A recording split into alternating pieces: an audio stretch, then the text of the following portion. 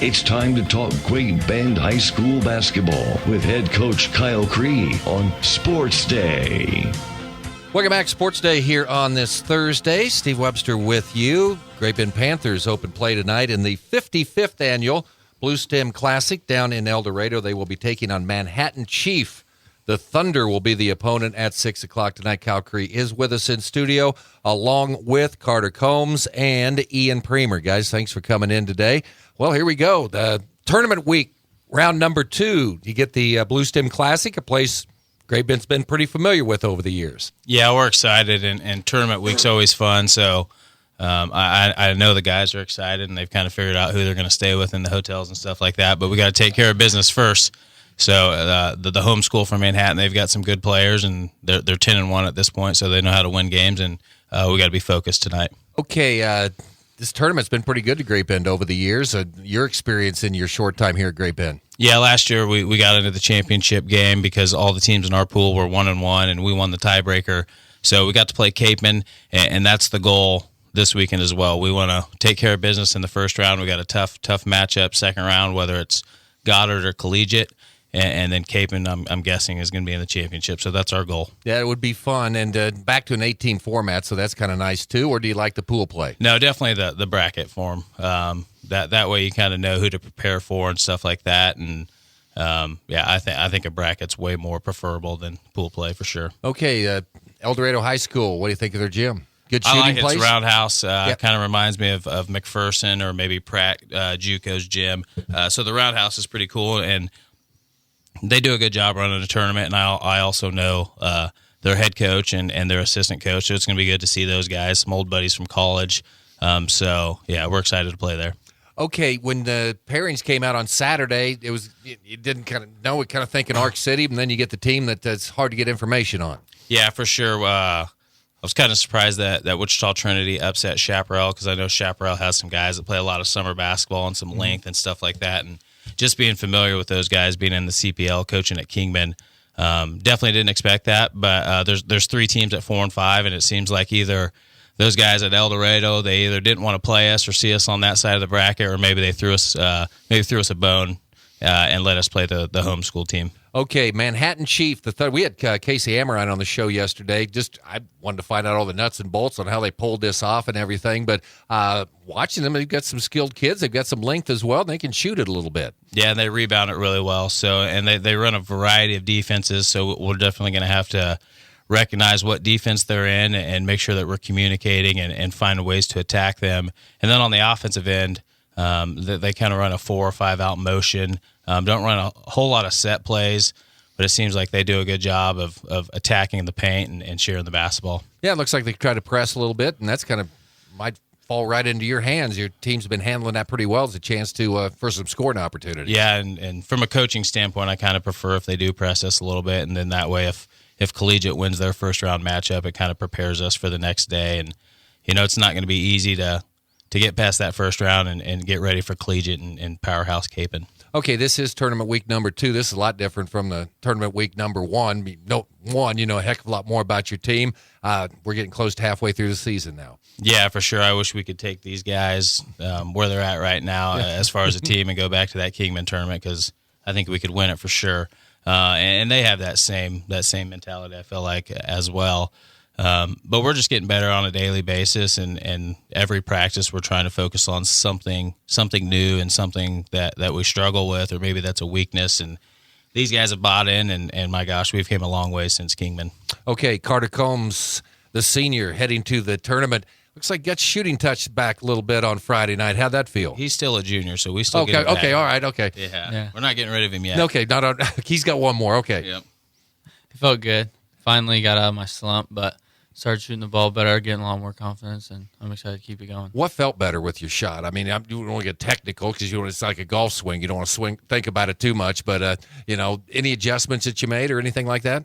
No, I didn't change anything, but the 2 days before practice, I was stroking it, so I just felt really good going into that game. How'd it feel when that first one went in? Oh, I knew I was gonna keep hitting. Keep going for the other one. So, pretty good battle against Hutch, man. You guys went out and took it right at them. They kind of got away from you in the second quarter, but your thoughts on the way that game went on Friday night down in Hutchinson? I thought we played hard, but I mean, we could have played better. That second quarter really killed us. I mean, if you take away the second quarter, I think we lose by like 1. But if we just keep it closer in that second quarter, I think it gives us a better chance. How's that help you as far as how do you think it helps a team facing a team of that caliber? They've got some talent on that team. How do you think that helps you guys? I think it helped us a lot just because they get up and pressure you, and we really learned how to take care of the ball better after that. But, I mean, the Junction game helped us a lot too, but it just helps us getting ready for collegiate too. They're going to press, but we just got to be better. Ian Premer, another good game on Friday night against Hutchinson. How much fun do you have on that press break right now, especially when they put you kind of in the middle where you can bring the ball down, like that position where they've got you on the press break? I love it because that's what I've always done growing up. I've been the one taking it up, getting out in transition, and dishing it to the other guys. And had a lot of scoring opportunities against Hutchinson. How many different press breaks do you guys have? Kind of go to the same ones, then you alternate if they try something different? Yeah, I think we have 4 different ones that are all kind of alike, but they have subtle differences, which make them good. Okay, how's your shot feeling right now? Great. Okay, yeah, that's what These two guys, they spend a lot of time in the gym together, and it's kind of cool to see them.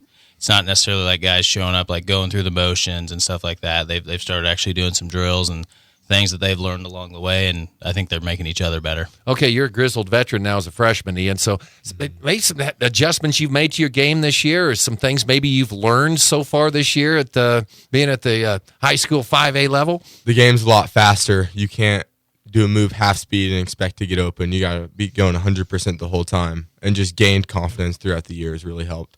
Okay, when you're talking coaching, shooting coach, how much you mess with guys' shots sometimes? Or you just around them enough you can kind of see, well, maybe he's doing this? Yeah, I mean, we just kind of talk about like stressing just like the fundamentals of shooting and stuff like that. I don't know that during the season we're going to like try to tweak their shots unless they're like a JV or freshman type guy, and a lot of that probably comes in the summer.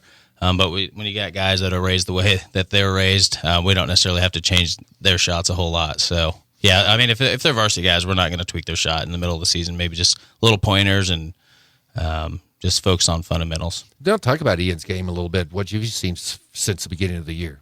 I mean, it's nice having a guy that's so versatile. I mean, he can play inside, outside, and we talk about beating the press, and sometimes he is in the middle. Sometimes he's the guy throwing the ball in. Sometimes we put him at half court, and same thing with Carter. You know, I know he wants to bring it down every time, but I think there's times that we could put them at half court and maybe try to get like a 3-on-2 advantage and stuff like that. And you know, I think all 7 guys that have played quality minutes, they can all handle it. They can play all the different positions. And like Ian's saying, with our press breakers, we got about 4 or 5, but there's a lot of little wrinkles and a lot of little things that we do to look for mismatches and advantages, and these guys pick up on it really quick. Carter, your pop's a coach, so give me the scouting report on Manhattan Chief, the team you see tonight. We're just going to try to press them hard and get a lot of turnovers and fast breaks and just play really fast and just put the gas on them. Ian, what are you thinking about heading into the matchup tonight? I think we're going to be cutthroat in it as soon as we can and keep pushing. Okay.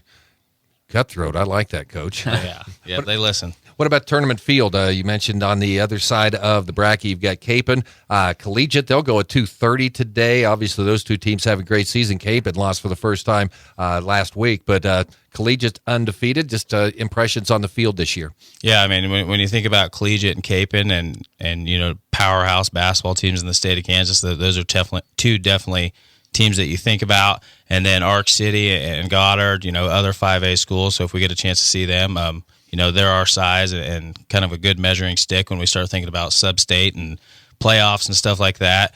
And then El Dorado they're in the AVCTL, so I mean they're battle tested and stuff like that. And then Wichita Trinity is another school that, you know, seems like every year they got a good basketball team and they can kind of bring in kids from that Wichita area.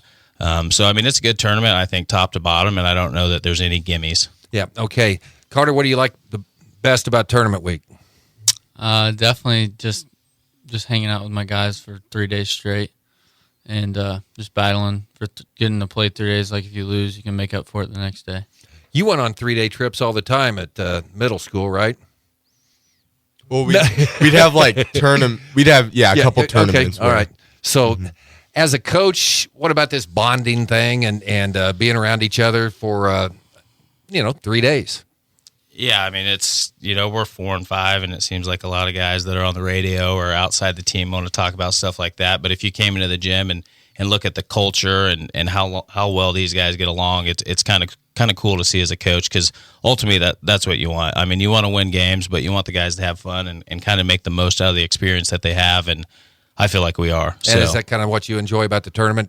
Yeah, for week? sure. I mean, going, and these guys they're excited. I mean, yesterday I could tell just like the buzz in the gym. They're excited. They're trying to figure out like who's staying with who, and even the managers. I think the managers are excited. Yeah. The coaches are excited, and we're gonna go and we're gonna have fun. But yesterday the message is it's a business trip.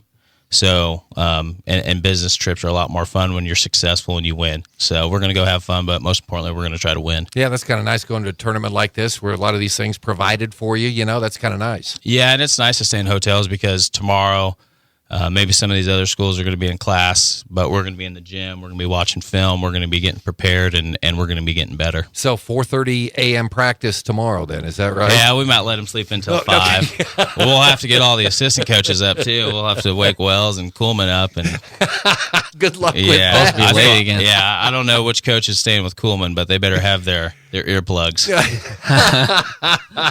Guys, thanks for coming in. Good luck. Have a safe trip down there, and we'll see you at the Roundhouse a little bit later on today.